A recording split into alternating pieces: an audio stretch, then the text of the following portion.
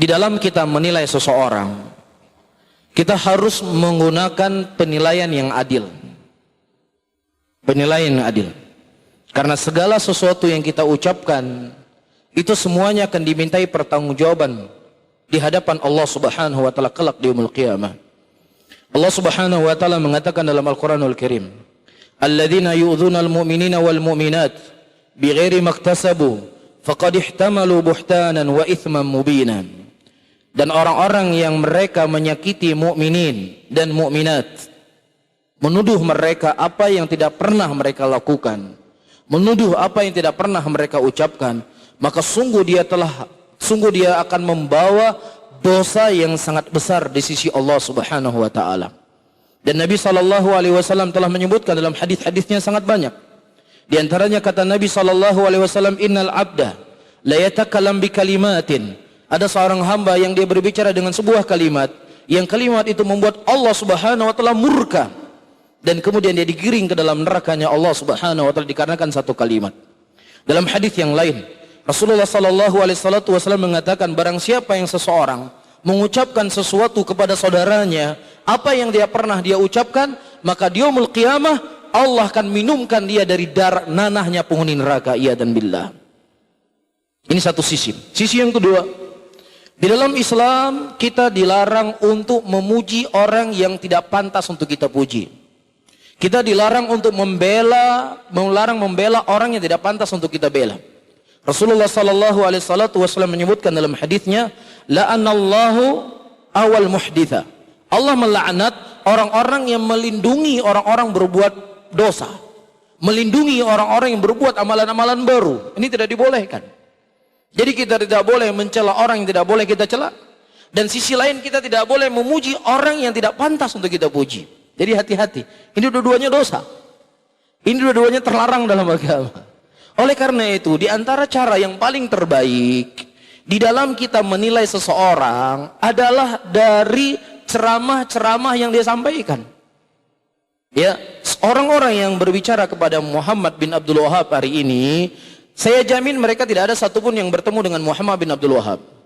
Tidak ada satupun yang mendengar ceramahnya, karena mungkin pada waktu itu tidak ada rekaman, tidak ada video. Iya, tinggal bagi kita sekarang kita menilai pemikirannya, jalannya itu dari kitab-kitabnya. Iya, dia menulis kitab sangat banyak. Mulai dari Usulul Thalatha, Qaidul Arba, Usulul Sittah, Kitabut Tauhid, Kasyfus Syubhat. Ya, dan juga dalam masalah fikih. Dan cucu-cucu beliau, ya, di antaranya Muhammad bin Qasim, muridnya cucu beliau, menyusun sebuah kitab dengan judul Ad-Durr Saniyah. Ada 17 jilid. Ada di sana kitab-kitabnya berjudul Fatwa Ulama'in Najd. Ya, inilah kitab-kitab yang bisa kita jadikan rujukan untuk menilai apakah laki-laki ini boleh kita cela ataukah boleh kita bela. Ya, kita posisikan dia. Yang pertama, dia itu bukan nabi kita, ya.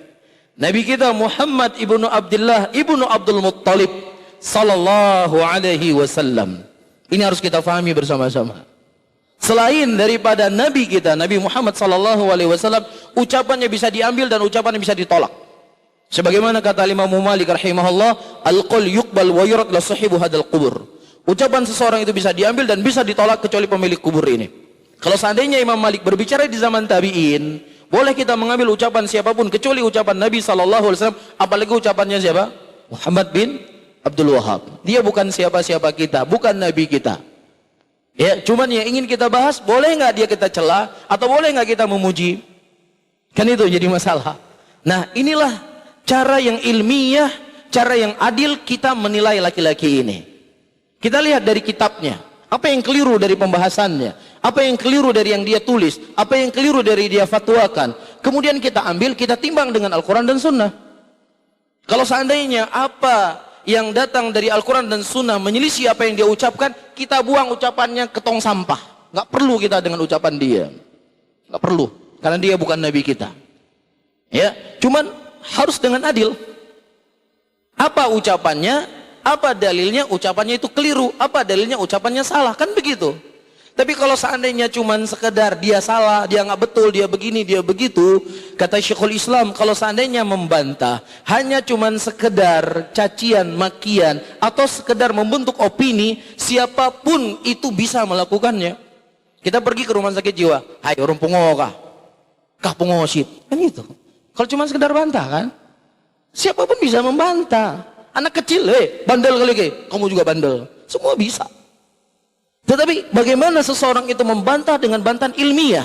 Ini keliru, dalilnya ini keliru, dalilnya ini keliru, dalilnya ini. Demikian. Iya, demikian thariqah ilmiah di dalam kita menyikapi seseorang. Ya, saya yakin para hadirin yang hadir di sini sudah sempat kuliah. Bagaimana anak-anak mahasiswa menilai sebuah permasalahan dengan pijakan, dengan data, dengan dalil. Iya, kan begitu kan? Nah, di antara hal-hal yang tersebar di tengah-tengah muslimin, laki-laki ini dia suka ya, atau dia telah menghancurkan makam-makam para wali. Makam para wali itu ditebang, dihancurkan, diratakan dengan tanah. Nah, pertama harus kita selidiki, benar nggak sejarahnya? Dari buku-buku yang tertulis, dari sejarah-sejarah yang bersanad yang bisa dipertanggungjawabkan. Ternyata memang benar.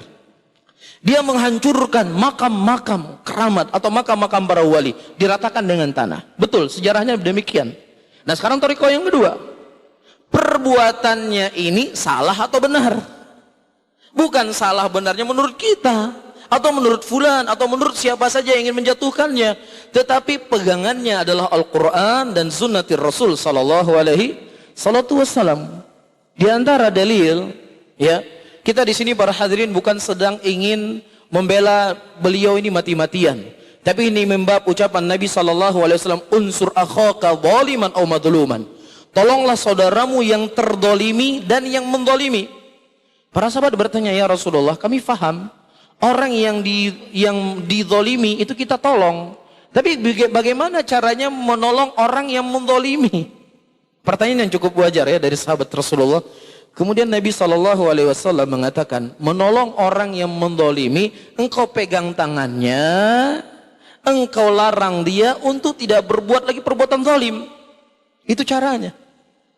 Jadi kita menyampaikan hal yang seperti ini agar bagaimana saudara-saudara kita muslimin yang mungkin keliru atau mungkin salah faham, mudah-mudahan bisa mengambil manfaat dari apa yang kita sampaikan. Jelas ya, cuman saya tegaskan kembali, dia bukan Nabi kita. Itu yang terpenting. Itu yang terpenting. Iya. Datang hadis dari Ali bin Abi Thalib radhiyallahu taala anhu, dan hadisnya sudah sering kita sampaikan. Iya, sangat sering. Kata Ali bin Abi Thalib radhiyallahu taala anhu, "Ya Abul Hayyaj, hal tuhibbu an ab'athuka bima ba'athani Nabi sallallahu alaihi wasallam, ma min qubrin musyrifin illa sawaitahu." Wahai Abu Hayyaj, apakah engkau ingin aku mengutus engkau dengan sebuah tugas yang Rasulullah dulu juga pernah mengutusku? Apa itu? Tidak ada kuburan yang ditinggikan kecuali engkau ratakan dengan tanah. Ali diutus oleh Rasulullah dengan tugas ini, dan kemudian beliau memerintahkan juga siapa? Abu Hayyaj untuk bertugas dengan tugas yang beliau dulu pernah bertugas. Iya, yang kedua. Di zaman Nabi sallallahu alaihi wasallam ada sebuah pohon. Ya, ada sebuah pohon. Pohon itu dijadikan oleh Rasulullah untuk membaiat sahabatnya. Dikenal dengan bai'atur ridwan. Iya. Dan Allah khobarkan dalam Al-Quran pohon itu. Laqad radiyallahu anil mu'minin idh yubai'unaka tahta syajarati. Allah telah ridha kepada kaum mukminin ketika mereka membaiatmu di sebuah pohon. Disebutkan dalam Al-Quran pohonnya. Kita bisa bayangkan kalau seandainya ada pohon di Aceh, disebutkan dalam Al-Quran. Berdiri Nabi di situ. Para sahabat juga berdiri di situ. Gimana kira-kira akan terjadi? Mungkin akan dipugar, dilestarikan sampai detik ini mungkin. Dan itu subhanallah di zamannya Umar sudah mulai. Itu di kota Madinah, di kota hijrahnya Rasulullah sudah mulai. Orang-orang sudah mulai beriktikaf di situ. Sudah mulai mereka datangi pohon itu. Nyo pohon pastinya kelebihan pohonnya. Rasulullah dulu berdiri di sini. Allah menyebutkan dalam Al-Quran. Sudah mulai hati manusia. dengan kecerdasan dan kefakihan Umar bin Khattab radhiyallahu taala anhu, beliau menebang pohon itu sampai ke akar-akarnya, tidak meninggalkan sisa. Apakah berani kita mengatakan Umar bin Khattab tidak memuliakan warisannya para nabi, tidak memuliakan pusaka, tempat-tempat bersejarah, tempat-tempat yang dimana Rasulullah berdiri di situ? Berani kita mengatakan demikian? Siapa yang berani? Tentunya orang-orang yang mencintai para sahabat nggak berani akan mengucapkan ucapan seperti ini. Tapi itu yang dilakukan oleh Umar bin Khattab. Karena di antara isu-isu yang disebarkan, wah semua monumen, tempat-tempat bersejarah Rasulullah itu dihancurkan semuanya dan lain sebagainya. Itu dikhawatirkan para hadirin akan didatangi oleh orang-orang yang kemudian mereka akan beribadah di tempat tersebut dan terus akan kita khawatirkan akan terjerumus ke dalam kesyirikan. Dan ketiga, di zaman Umar bin Khattab radhiyallahu taala anhu pada waktu itu, Abu Musa al-Asy'ari mengirim surat kepada Umar bin Khattab. Diketemukannya jenazah seorang nabi yang bernama Nabi Daniel. Jadi nabi ini dikeluarkan ketika musim kemarau untuk beristighatsah agar diturunkan hujan kepada mereka. Ketika Abu Musa al-Asy'ari dan muslimin pada waktu itu berhasil memerdekakan negeri tersebut menjadi negeri Islam, beliau mengirim surat kepada Umar bin Khattab. Apa yang kami lakukan dari jenazah ini? Apa yang dilakukan oleh Umar? Apakah Umar berkata, ya Abu Musa al-Asy'ari, ini sejarah seorang nabi, kamu jaga, kamu kubur di sebuah tempat, kamu pugar, kamu tinggikan kuburnya, kamu buat jalan yang baik supaya orang tahu di mana para nabi itu dikuburkan. Kan begitu? Tapi tidak. Umar bin Khattab berkata, ya Abu Musa al-Asy'ari, kuburlah jenazah nabi ini, yang tahu hanya dirimu dan sahabatmu saja. Jangan ada orang ketiga yang tahu.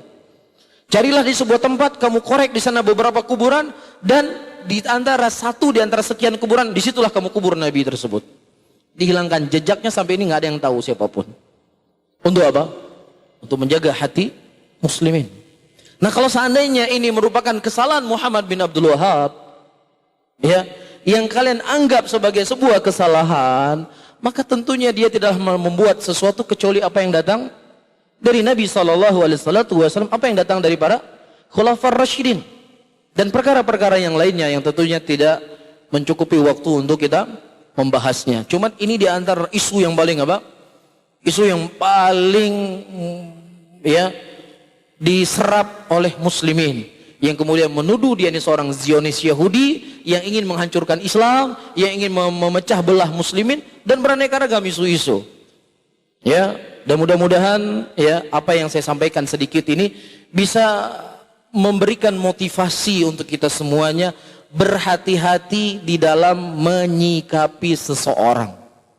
Orang yang sudah jelas kafirnya, Fir'aun al-la'in, Fir'aun yang terlaknat, yang dia mengatakan ana rabbukumul a'la, saya adalah Tuhanmu yang paling tinggi. Ini bukan hoax. Ini berita yang Allah beritakan dalam Al-Quran. Dia mengaku dirinya sebagai nabi. Ada orang yang lebih kafir dibandingkan Fir'aun di muka bumi ini?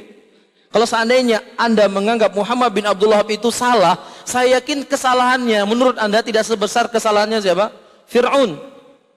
Tetapi apa kata Allah dalam Al-Quran? Idhaba ila fir'auna fa innahu tagha faqula lahu qawlan layyinan la'allahu yatadhakkara aw yakhsha. Wahai Musa dan Harun, pergilah engkau ke tempat Fir'aun, karena sesungguhnya dia sudah melampaui batas. Dan ucapkanlah kepada Fir'aun ucapan yang baik, ucapan yang lembut, ucapan yang sopan, agar mudah-mudahan si Fir'aun ini bisa bertobat. Jadi bagaimana kemudian ada orang yang mengatakan kalau haile kamu diki katena amda wahabitama aji pahala aji. Ini dari mana ini semuanya? Sementara Allah Subhanahu wa taala dalam Al-Qur'an yang itu menjadi pedoman hidup kita. Begini kata Allah dalam Al-Qur'an kepada Fir'aun. Agar Musa menyampaikan sesuatu dengan baik, dengan lembut. Yang kesalahan Fir'aun itu enggak ada satupun di muka bumi ini orang yang sesatnya seperti sesat Fir'aun. Tapi begini perintah Allah Subhanahu wa taala. Bisa difahami ya? Mudah-mudahan Allah memberikan hidayah kepada kita dan juga kepada saudara-saudara kita muslimin. Amin ya rabbal alamin.